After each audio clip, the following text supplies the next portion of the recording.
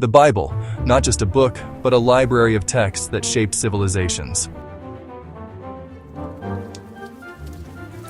The Bible is the sacred scripture of both Judaism and Christianity, comprising a collection of writings considered divinely inspired and authoritative for faith and practice. The term Bible originates from the Greek word ta biblia, meaning the books. John Chrysostom was the first to use this phrase to describe both the Old and New Testaments together in his homilies on Matthew, delivered between 386 and 388 CE. The Hebrew Bible is composed of three main sections: the Torah, Nevi'im, and Ketuvim, collectively called the Tanakh. The contents of these divisions were first documented in the Babylonian Talmud around 550 BCE, helping shape Jewish religion and identity. The process by which these writings were recognized as scripture is known as the formation of the biblical canon. Archaeological discoveries help support the Bible's historical context and cultural details. Excavations at Jericho have uncovered layers of city walls and evidence of ancient habitation, broadly aligning with the biblical narrative of a once fortified city. The Tel Dan stele from around the 9th century BC references the House of David. The Moabite stone mentions names found in 2 Kings 3 and describes events that parallel the biblical account, reinforcing the historical context. The Merneptah stele contains the earliest clear reference to the entity Israel. The Zayat stone, discovered in 2005, contains the earliest complete Hebrew alphabet yet found, dating to around 1000 BC. In 1947, several ancient leather manuscripts were found in jars in a cave at Qumran, north of the Dead Sea.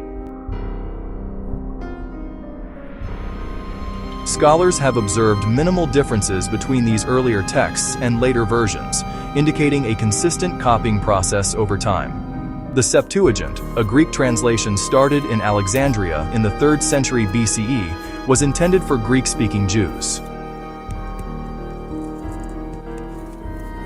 Saint Jerome translated the Bible into Latin in the late 4th and early 5th centuries AD, creating the Vulgate.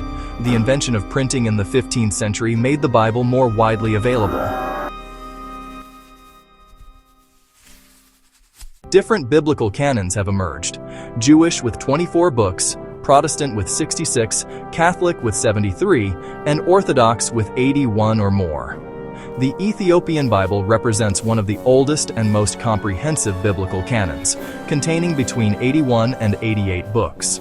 The Gnostic Gospels are a collection of early Christian writings, many discovered in 1945 at Nag Hammadi in Egypt. The Gospel of Thomas contains 114 sayings attributed to Jesus, while the Gospel of Judas portrays Judas not as a traitor, but as the one disciple who truly understood Jesus' mission. These texts were not included in the canon because they lacked apostolic authority, contradicted core Christian teachings, and were not widely used in Christian worship. John Wycliffe produced the first complete English Bible in the 14th century, facing opposition that led to a ban on English translations. William Tyndale printed the first English New Testament, but was eventually arrested and executed for his work. Henry VIII's establishment of the Church of England enabled English Bibles in every parish, expanding access to Scripture. The 1560 Geneva Bible introduced verse numbers and commentary, improving readability for Protestants and American settlers. King James I's authorized version unified Christian groups, and its language influenced everyday English.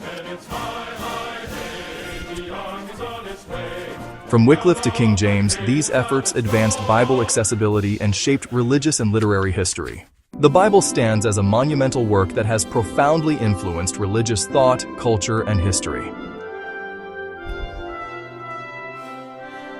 The Bible. More than a book, a story that continues to shape the world. Before we conclude, consider these questions. What surprised you most about the Bible's formation? How do you think different canons affect interpretation? Which translation story resonated with you?